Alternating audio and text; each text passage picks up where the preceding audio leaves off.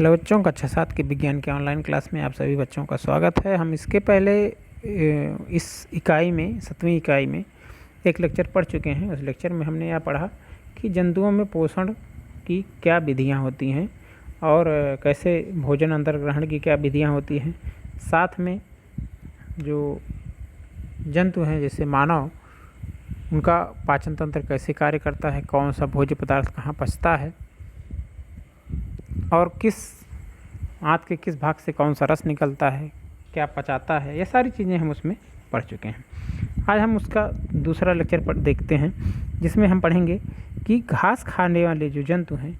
अब तक हम अनाज खाने वाले जंतु जैसे मानव के बारे में पढ़ें, अब घास खाने वाले जंतु जैसे गाय, भैंस या बकरी, इनमें भोजन की क्रिया कैसे पूरी होती है। तो अब हम घास खाने वाले जंतुओं में पाचन की क्रिया के बारे में पढ़ेंगे। आपने अनेक शाकाहारी जंतुओं जैसे गाय, भैंस, बकरी आदि को भोजन करते हुए देखा होगा। आपके घर में भी ऐसे जीव जंतु पाए जाते हैं। यह जंतु पहले घास और जो भी चीज़ें वो है खाते हैं, उसे जल्दी जल्दी निगल लेते हैं। आपने देखा होगा गायों को, भैंसों को, बकरियों को, कि वह जब घास को पाते हैं या घास हम काट कर डालते हैं या वो कहीं चरने जाते हैं तो क्या करते हैं, जल्दी जल्दी घास को खा करके निगल लेते हैं। उनके आमाशय में एक भाग होता है जो इस भोजन को इकट्ठा करता है, भंडारित करता है। यह जो भाग होता है जिसमें वह भोजन को जल्दी जल्दी खाकर इकट्ठा करते हैं, वह आमाशय का भाग रूमेन कहलाता है। यह भाग आमाशय का क्या कहलाता है? रूमेन कहलाता है, जो कि घास खाने वाले जंतुओं में पाया जाता है, बाहर से भोजन खाकर जल्दी जल्दी इकट्ठा करने के लिए। रूमेन में भोजन का बहुत आंशिक पाचन होता है, इसे जुगाल कहते हैं, जुगाली जो आपने सुना होगा। इसके बाद जंतु इसे छोटे छोटे पिंडकों के रूप में फिर से वापस मुंह में लाते हैं और धीरे धीरे से चबाते रहते हैं। आपने देखा होगा जानवरों को धीरे धीरे बाद में भोजन को वापस लाकर वह क्या करते हैं, उसे जुगाली करते हैं, चबाते रहते हैं। और इसी कारण आप देखते होंगे कि लगातार वह मुँह चलाते हुए रहते हैं, शांत बैठे रहते हैं। तो चबाने का यह जो प्रक्रम है, भोजन को फिर से वापस लाकर रूमेन से, यह रोमंथन कहा जाता है। इस क्रिया को रोमंथन कहते हैं और ऐसे जंतु को रोमंथी या रूमिनेंट कहते हैं। जो घास खाने वाले जंतु हैं, जो भोजन को वापस लाकर उसकी जुगाली करते हैं, या जुगाली करने की क्रिया जो है वह रोमंथन कहलाती है।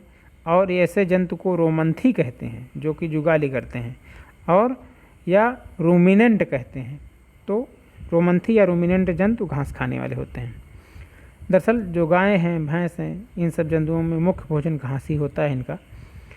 इस भोजन में, घास में सेलुलोज बहुत ज़्यादा मात्रा में पाया जाता है। जो भी वनस्पतियां हैं उनमें, हरी वनस्पतियां, उनमें सेलुलोज बहुत ज़्यादा पाया जाता है। यह आसानी से पचता नहीं है। रूमिनेंट्स क्या करते हैं, रूमिनेंट्स में छोटी आंत और बड़ी आंत के बीच एक लंबी संरचना होती है जिसे अंधनाल या सीकम कहते हैं। छोटी आंत और बड़ी आंत के बीच यह पाया जाता है।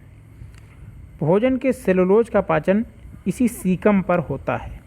यह अंधनाल मनुष्य में नहीं पाई जाती है या कार्यरत नहीं होती है। यहाँ पर हम लोग उन जंतुओं के विषय में पढ़ रहे हैं जिनमें इस तरह का सुविकसित पाचन तंत्र पाया जाता है। किंतु बहुत से ऐसे भी जंतु हैं जिनमें कोई भी पाचन अंग विकसित नहीं होता है। इन जंतुओं में भोजन का अंतर्ग्रहण और पाचन कैसे होता है? अमीबा और हाइड्रा में संभरण एवं पाचन। अमीबा कहाँ पाया जाता है? जल में। यह एक कोशिकीय जंतु है और निरंतर अपनी आकृति और स्थिति बदलता रहता है। इसकी कोशिका से एक अथवा अनेक अंगुली की तरह के प्रवर्ध निकले होते हैं। इन प्रवर्धों को पादाब कहते हैं और यह अमीबा को गति देने और भोजन पकड़ने में सहायता करता है। अमीबा पादाब उसको भोजन पकड़ने और गति देने में सहायता करते हैं, पादाब अमीबा को। अमीबा सूक्ष्म जीवों को जो उससे छोटे होते हैं, कण होते हैं, उन्हें ग्रहण करता है और जैसे ही इसे अपनी कोशिका झिल्ली के समीप कोई भी भोजन का एहसास होता है यह खाद्य कणों के चारों ओर पादाप विकसित करके एक कपनुमा संरचना बना देता है और उसकी सहायता से उसे अंदर निगल लेता है। चित्र में आप देख रहे हैं कैसे भोजन उसके पास आया तो उसकी चारों ओर कप जैसी संरचना बना देता है, फिर धीरे धीरे उसको शरीर के अंदर कर लेता है और खाद्य पदार्थ जो होता है उसकी खाद्य धानी में फंस जाता है। पादाप विलुप्त हो जाते हैं। खाद्य धानी में कोशिका से पाचक रस स्रावित होते हैं जो खाद्य पदार्थ पर क्रिया करके उन्हें सरल पदार्थों में बदल देते हैं और जो पचा हुआ खाद्य पदार्थ होता है वह धीरे धीरे अवशोषित हो जाता है, जिससे अमीबा में वृद्धि तथा गुणन आदि विभिन्न जैविक क्रियाएं संपन्न होती हैं और जो बचा हुआ अपशिष्ट पदार्थ होता है वह खाद्य धानी द्वारा बाहर निकाल दिया जाता है। हाइड्रा नामक जंतु जो है उसमें मुख के पास स्पर्शक पाए जाते हैं। यह स्पर्शक क्या काम करते हैं? इसका पूरा मुंह स्पर्शकों से घिरा होता है। क्या करते हैं यह इसमें देह गुहा थोड़ा और विकसित होती है अमीबा की अपेक्षा, और लेकिन विकसित कोई पाचन अंग नहीं पाया जाता है हम लोगों की तरह। कुछ विशेष कोशिकाएं पाई जाती हैं और मिल करके जो भोजन उनके शरीर के भीतर जाता है उसे पचाने का कार्य करते हैं। हाइड्रा अपने स्पर्शकों के माध्यम से भोजन मुख के अंदर ले जाता है और अंदर की कोशिकाओं में इनका पाचन होता है।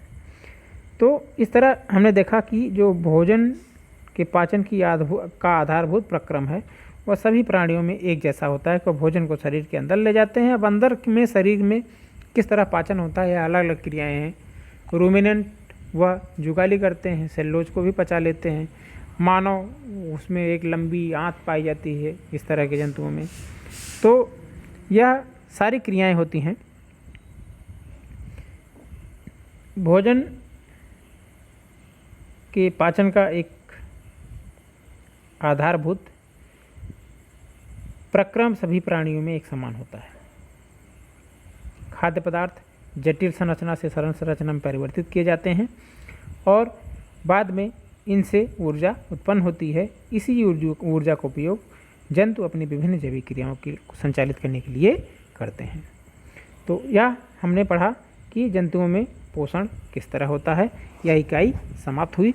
हमने इस इकाई में क्या क्या सीखा, एक बार इसको थोड़ा रिमाइंड कर लिया जाए जिससे यह आसान रहे, थोड़ा सा और आसानी हो जाए। पहली चीज़, पोषण प्रक्रिया के अंतर्गत भोजन का अंतर्ग्रहण और पाचन दोनों सम्मिलित है। पोषण क्रिया में क्या क्या सम्मिलित है?